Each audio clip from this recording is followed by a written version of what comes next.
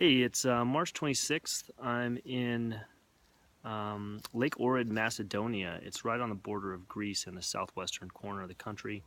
Absolutely beautiful place. It's about 35 degrees here today, and we'll be riding into Greece, so a little bit chilly, but that's okay. We've got the gear for it.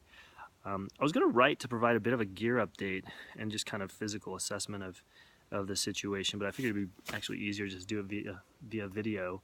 And a bit more visual. So first things first, the bike is performing exceptionally well as expected from the BMW R1200 GSA. Absolutely bulletproof motorcycle. Kind of wake up every morning knowing without a doubt that Green's going to start up and take me through whatever I throw at it throughout the day.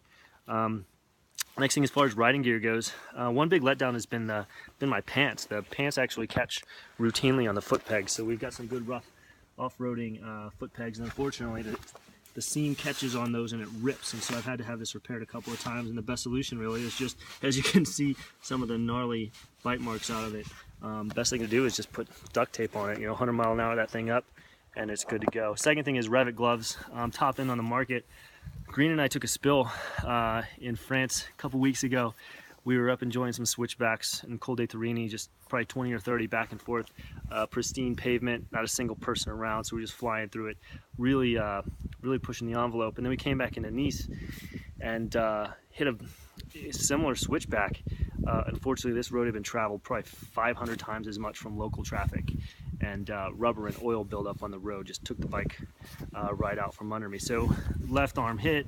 Kind of jacked up the left tricep a little bit. But what's funny is really great gloves. They've got this awesome padding right here in the wrist, and then also protecting the thumb. And the impact was right square in the middle of my palm, so ripped the palm right out of the gloves. And then we had to replace it with a local Italian stitch master there, who put something else in, which was fantastic. And well, I kind of am not too happy that they ripped. I am sure that the amount of padding and the security in the wrist probably protected some bones as well, which is good.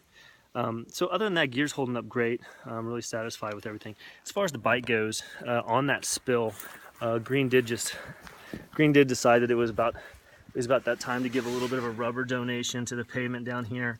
So right there was pretty much the only damage. We do have a little bit of a scar here on the engine mount, or the engine guard, but really no big deal here. There might be something hidden under that pristine, nicely kept exterior, but I doubt it. I think it's probably all in really good shape. As you can see, I like to keep the bike as dirty as possible. It makes me look like I actually ride cool places and put on lots of miles. And so yeah, so it's doing really well. And so as always, Tourmaster bags really can't be beat, and the Expedition waterproof bag, as well as the Givi tank bag, is doing really well. This is my second AGV DX AX8 DSO Evo helmet. It's an absolutely fantastic helmet, very quiet, very light, and it's continuing to prove very valuable on this trip. Last thing is electronics. Seen a Bluetooth. I mean, I've probably used that thing for, I bet, probably close to 80,000 miles, and it continues to just do fantastic. GoPro, I've used that thing for 4 years now and really put it through the elements, both through usage and just general environments, and it's continuing to hold strong as well. Unfortunately, the drone is busted.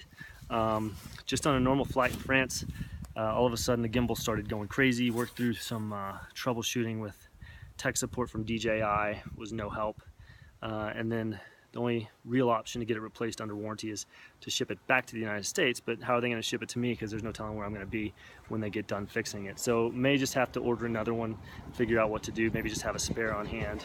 But all things considered, really unhappy with the drone's reliability as far as that goes.